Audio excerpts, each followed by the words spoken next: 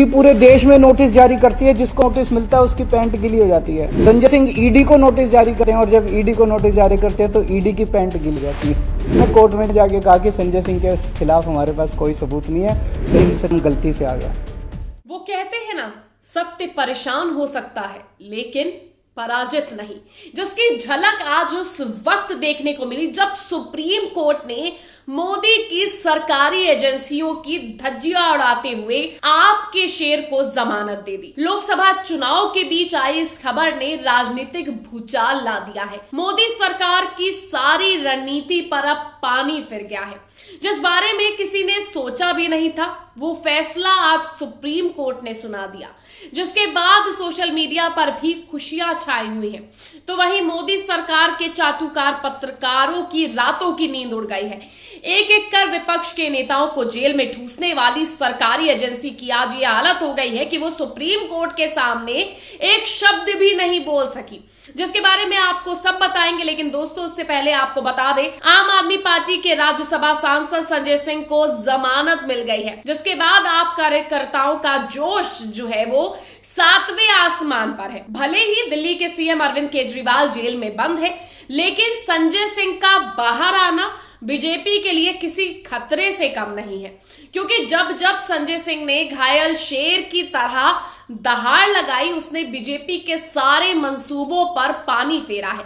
चाहे अडानी का मामला हो या फिर मोदी सरकार की नीतियां हो, संजय सिंह ने हमेशा से मोदी के मुखर होकर बीजेपी के बड़े बड़े दिग्गज नेताओं को पानी पिलाया है, जिसका असर ये हुआ कि खुद बीजेपी के इशारे पर संजय सिंह को शराब घोटाले के मामले में आरोपी बनाया गया, लेकिन सबूत अभी तक ईडी पेश नहीं कर पाई है, जिसके चलते कोर्ट ने संजय सिंह को जमानत दे दी है।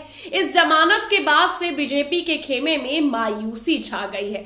वहीं विपक्ष के कद्दावर नेताओं का सुप्रीम कोर्ट, जो विपक्ष के कद्दावर नेता है, उसने फैसले का स्वागत किया।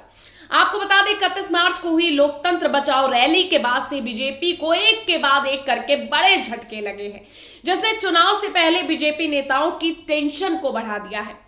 मीडिया रिपोर्ट्स की माने तो दिल्ली शराब घोटाले मामले में सुप्रीम कोर्ट ने 6 महीने से जेल में बंद आप सांसद संजय सिंह को जमानत दे दी है। इससे पहले संजय सिंह की जमानत याचिका पर सुनवाई के दौरान सुप्रीम कोर्ट ने प्रवर्तन निदेशालय यानी ईडी से कई सवाल किए थे। संजय सिंह की जमानत याचिका पर सुनवाई के दौरान ईडी ने कोई विरोध नहीं किया, जिसके बाद सुप्रीम कोर्ट बेंच ने कहा उन्हें जमानत दे दी। सुनवाई के दौरान सुप्रीम कोर्ट ने ईडी से पूछा था कि संजय सिंह 6 महीने से जेल में है और उनके पास से कोई पैसा नहीं मिला, अब भी ईडी संजय सिंह को हिरासत में रखना चाहती है, उन्हें हिरासत में रखना क्यों जरूरी है? संजय सिंह के वकील अभिषेक मनु सिंघवी ने कहा कि उनके खिलाफ कोई बयान नहीं था, कभी चार्जशीट में बतौर आरोपी नाम नहीं लिया गया, सिर्फ 2 मौकों पर कहा गया कि 1 करोड़ रुपए लिए गए हैं। सब आरोप पूरी तरह से गलत है, वेग है। इस मामले की सुनवाई के दौरान ईडी ने जमानत याचिका का विरोध नहीं किया। सुप्रीम कोर्ट ने कहा कि जमानत की शर्तें निचली अदालत तय करेगी। आप नेता ने दिल्ली हाई कोर्ट के उस आदेश को चुनौती देते हुए फरवरी में सुप्रीम कोर्ट का रुख किया था,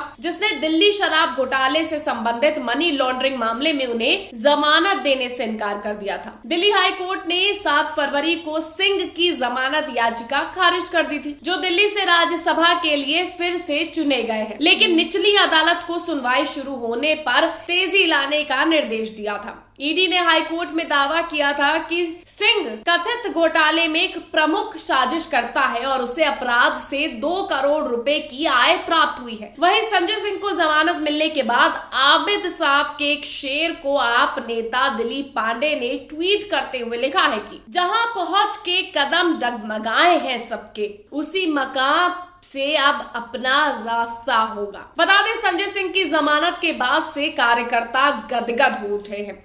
आप कार्यकर्ता खुशी मना रहे हैं।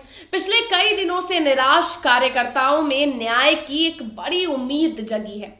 कोर्ट के इस फैसले के बाद हेमंत सोरेन की पत्नी कल्पना सोरेन भी खुशी जाहिर उन्होंने भी की, जिस पर दिग्गज पत्रकार ने मोदी सरकार पर सवाल उठाते हुए ट्वीट किया और लिखा है कि किला ध्वस्त होना शुरू हो गया है। मोदी के किले के 3 बड़े दुर्ग हैं, ED, CBI, income tax, corporate और मीडिया। संजय सिंह की जमानत से एक दुर्ग तो ढह गया। पहले चरण में मतदान से पहले बहुत कुछ होना बाकी है। मौसम विभाग कह चुका है कि इस बार दिल्ली में गर्म हवाएं चलेंगी, यानी कि जो गर्म हवाएं हैं वो राजनीतिक गलियारों में चलने की खबर जो है वो उड़ रही है, क्योंकि जो मंशा थी अब उस मंशा पर तो पानी फिर गया है। एक और यूजर ने ट्वीट करते हुए लिखा है कि ये तो महज शुरुआत है, अभी भाजपा का डर बढ़ेगा, मोदी की बौखलाहट बढ़ेगी। संजय की आजादी के बाद लगातार गांव से फोन आ रहे हैं, सब खुश हैं। गांव के मासूम लोग भी अब मोदी की तानाशाही और साजिश का विरोध खुलकर कर रहे हैं। बंद कमरों में भाजपा के नेता भी बोल रहे हैं मोदी गलत कर रहे हैं। जनता के सामने भाजपा को मुंह दिखाने लायक नहीं छोड़ा।